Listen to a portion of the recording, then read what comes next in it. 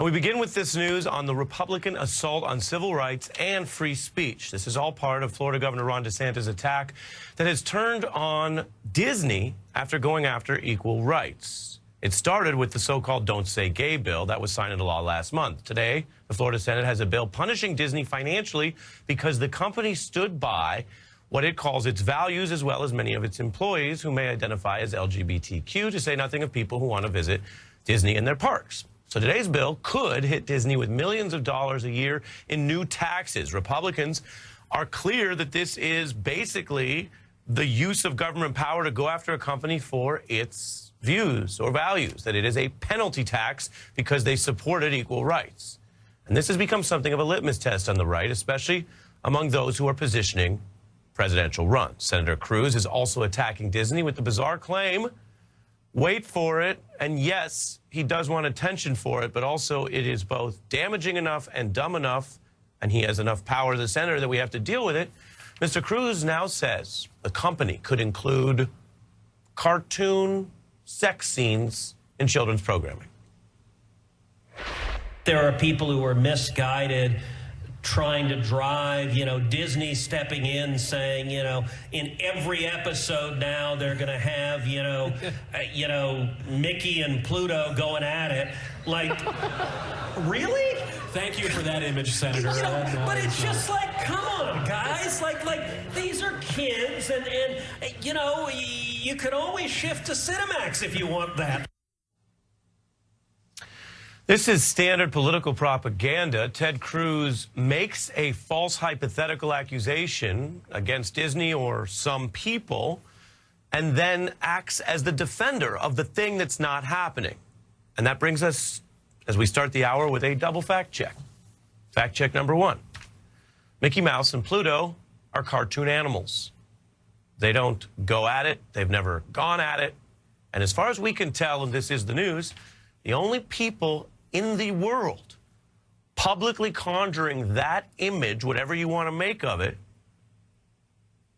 the only person is Ted Cruz. The only reason this is on your TV and on the news is because of Ted Cruz, and yet he's the one who claims he would defend you against conjuring the image of those cartoons going at it. Okay, that first fact check was exhausting. I'm being sarcastic. The second fact check is that Cruz and DeSantis, they're not in line with the majority of Americans here. There are aspects of these issues, especially when you get to children and schooling and how to deal with these issues that can be complex.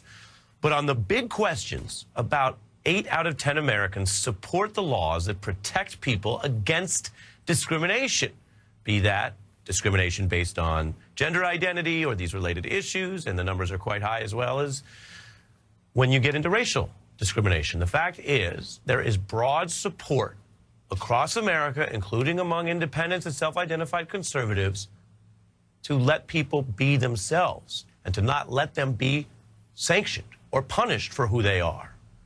Now, there is a political issue that has come up when you get into real-world situations about how and when to deal with these topics with children, and that's sort of the narrow wedge that's being used, exploited, and lied about.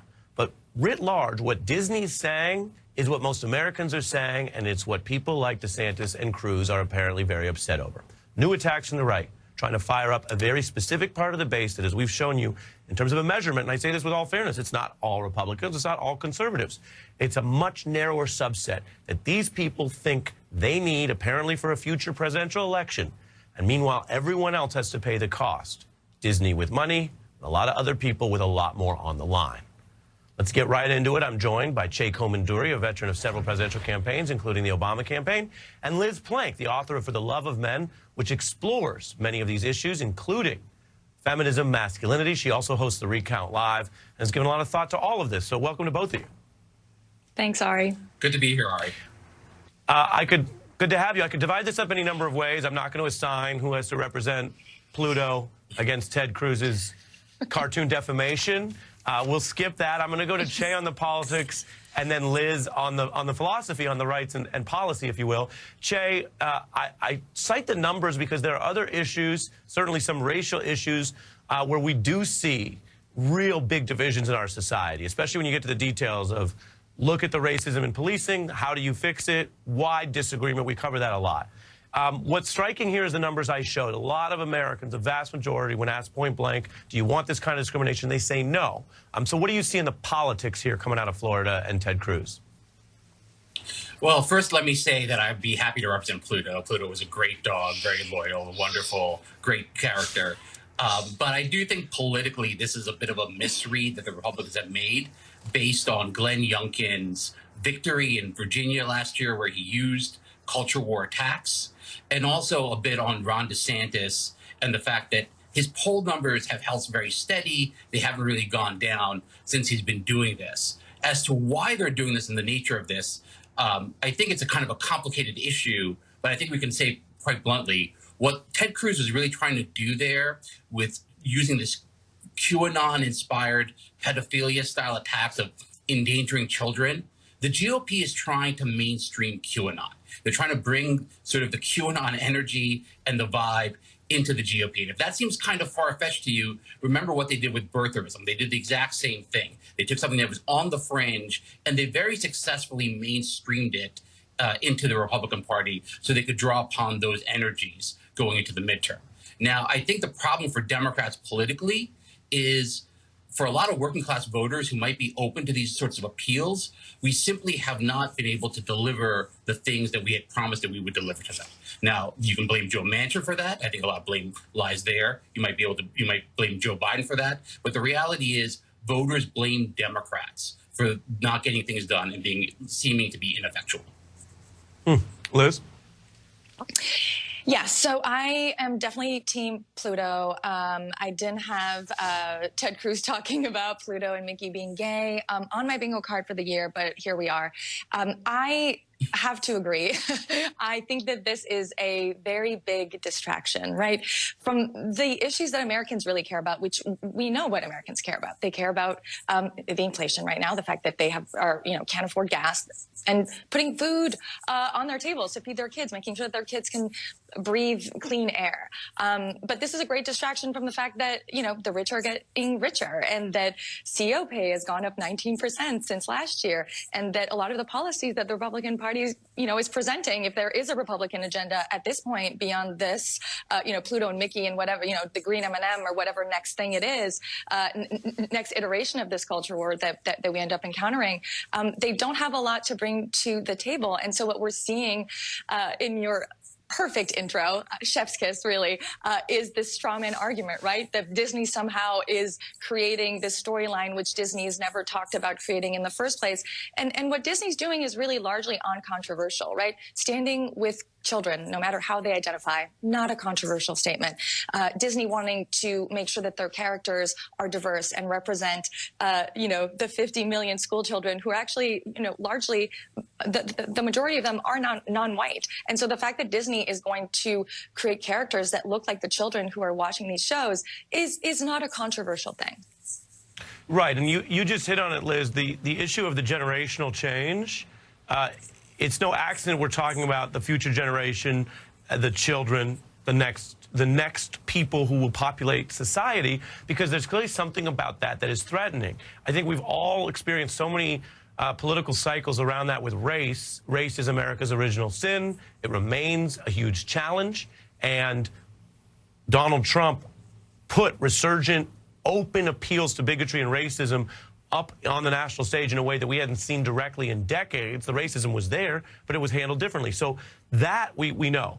The idea of this resurgent male-centered sexism and a fear of anything else, right, and these gender conversations, that is somewhat more recent. And so you know where I'm going, Liz. What's sillier than Ted Cruz talking about Pluto, Tucker Carlson talking about anything, but especially gender? You knew it. Take it away. Here we go.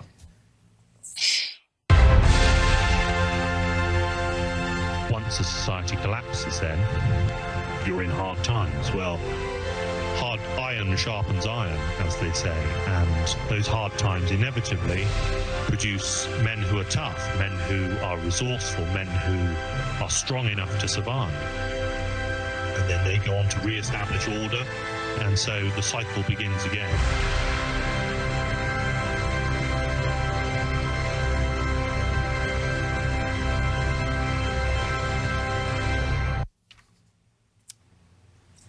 Thank you for the that. The flexing at the end. That's real. I want to be clear. You could drop that into the top of SNL and people would think it was parody. It's just self-parody. You've been writing about this for a long time in your books. I mentioned you've been writing specifically about Tucker Now.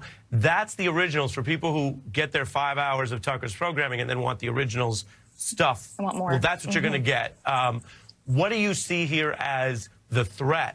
And then if we can open our hearts, and I think your book talks about this, and I say that earnestly, where does this fit into a conversation with people who might be getting weird, Carville last night called it weirdo information, or bad information or misinformation at a time where there is a genuine exploration of gender fluidity and these issues in a way that previously there was around sexuality? How do you turn that corner and not let it become, well, Tucker's dumb and everyone goes in their corners, quote unquote? Exactly. I love that question, Ari.